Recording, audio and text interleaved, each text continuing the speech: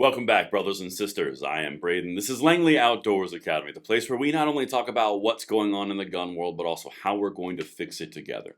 And the content that I've got for you today is fire. Dana Leosch, who is a conservative commentator, tees off on Kamala Harris. All the gun control arguments, all the gun rights rebuttals.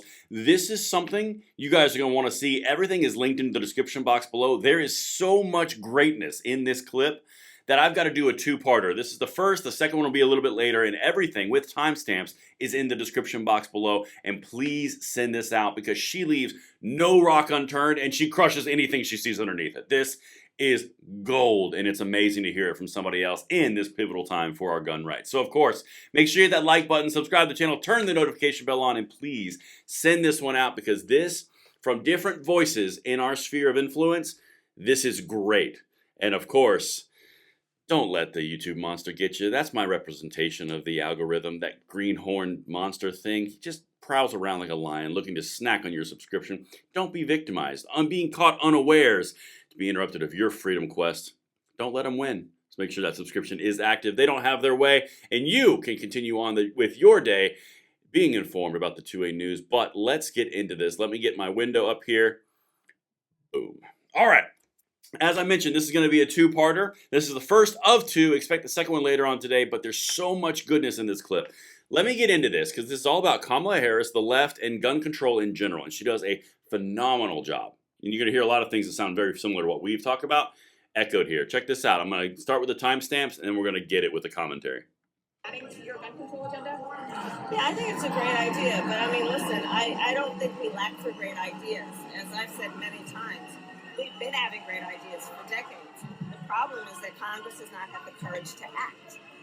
And that is why, from the beginning, I have said, my agenda includes attempting to get Congress to act, but if they don't within the first 100 days of my administration, I'm going to take executive action.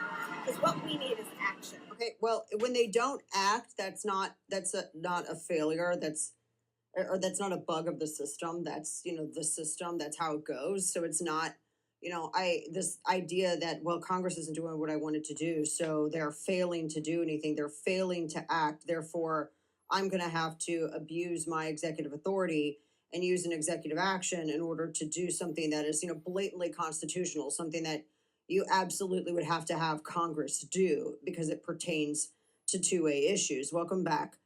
All right. So that first little segment, of course, she introduces with the clips of Kamala Harris talking about gun control. We've talked about that. We've covered it as well. But something that she said that's so pivotal there. And she meant unconstitutional at the end, by the way. Blatantly unconstitutional. She said constitutional. She meant unconstitutional. If Congress is acting slowly, that's the point. It's not a bug. It's a feature. That's the whole point. It's meant to be slow, so you don't just take everyone's rights ad hoc, completely willy-nilly, based off an emotional response in the moment. Now, what Kamala Harris is doing, and this is what Dana is saying, Kamala Harris is using the same language and the same talking points that are based on emotion, fear, and irrationality. She's trying to get people to speed up the process through executive actions and executive orders in order to get what she wants because Congress is not doing what she wants. It's about my desires. It's about one side of the party's desires. It's not about the American Constitution. It's not about the American people. It's not about having a conversation in the halls of Congress. It's about my way or the highway. You're an idiot. I'm right. You're wrong. It's the politics of division. That's why you're seeing all the politics that are based around completely immutable characteristics right now with Kamala Harris. It's about I'm right because I'm right because this is my perspective. It's not about Congress is the point in which we're supposed to have a conversation amongst all different viewpoints. That's the entire perspective here. It's, well, Congress is acting too slowly, and so it's a feature, it's not a bug, it's not a problem, it's part of the design. That's the entire point. That's something that needs to be brought up a lot more, but we're just getting started. All right, let me keep going here. Let me get to the next point. The next one is that 201. Let me pop to 201, and we are going to just keep on going on this train. Gun control, ultimately, and how it's really unconstitutional, number one, but then also additionally with it, this is not something that you're not going to be able to do something like this because gun buybacks, a mandatory gun buyback, and that's what she keeps saying, is it's confiscation. And also, I hate the stupid phrase buyback. I think I've talked about this before. Buyback suggests that the government is buying something that you purchased from them, and that's not the case. I didn't buy my gun from the feds. I didn't buy any of my guns from the feds. And furthermore, it's my money that I used to buy my guns. What money is the government using to claim to do a buyback? Oh, wait, that's our money too. I put that in there for a few of you because I know a lot of you guys leave that in my comments as well. Mandatory gun buybacks. You can't buy back something you never sold. I put this in here because it's a very, very poignant point. So let me get this straight.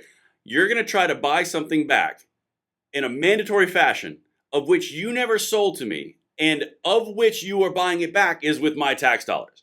So I paid something to somebody else. You're going to do a buyback that has nothing to do with anything that you ever had anything to do with my own money. Anybody feel like they're getting screwed? That's the whole point. But a lot of these things don't get talked about a lot. Walking through the actual fire of the gun control proposals, you start to see the pretty obvious glaring problems. Because it's built around stupidity, emotional irrationality, and fear. That's the entire point. And that's why I'm going through all these. And like I said, we only are going through the first one in this video. The next video is the second part. It's even worse. Oh, goodness gracious. But that was an important point. Where's the money coming from for these mandatory buybacks that I have no choice, but I didn't buy it from you, I didn't buy it from the feds, but you're going to pay me? Oh, it's when you start to break it down at this level, which is why I'm covering this, you start to expose a lot of real big issues. A lot of big issues. All right, this next one is at 327. Let me get into 327, and you guys just buckle up because it's about to get spicy. My other question real quick on that before we play the new audio is, how does she plan to do it? So just call it what it is. It's confiscation again, but how in the world do you plan to do it?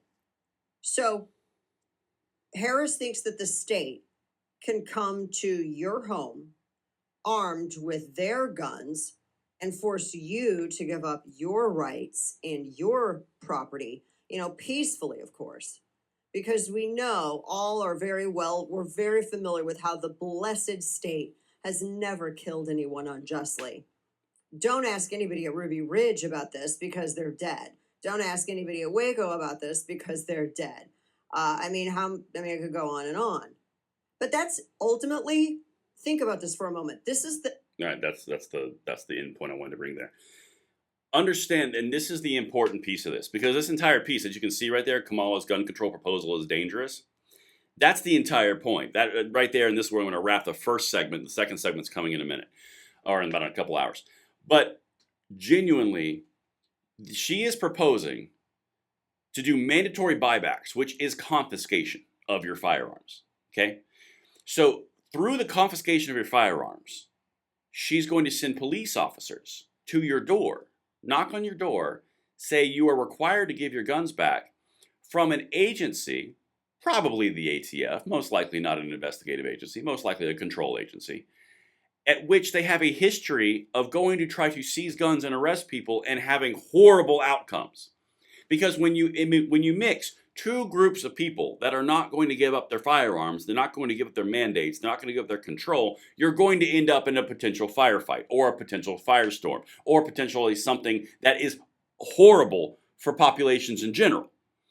The reason that this is so important to bring up is because when you have these levels of power that are going against each other, they get closer and closer, you're going to have a spark and something's going to pop off. One of them tries to seize more power than the other, you're going to have a pop-off point.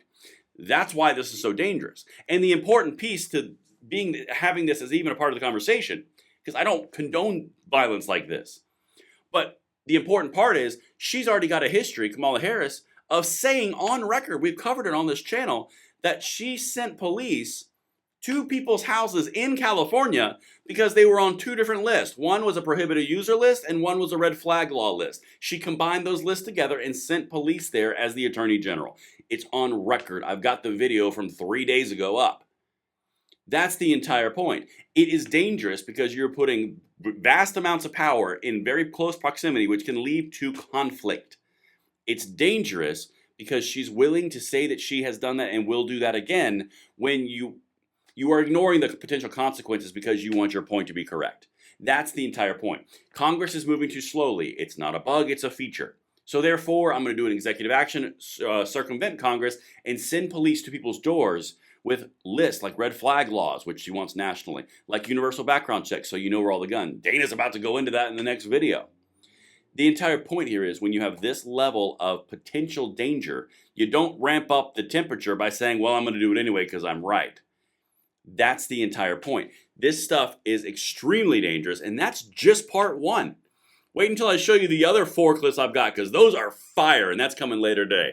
So I hope you guys enjoyed this first one. Dana is over the target on this, and it's so great to see people who are in the space, who are sharing the space, but from a different perspective. Let me know what you guys think of the first one, and I will see you on the second one where we wrap this up.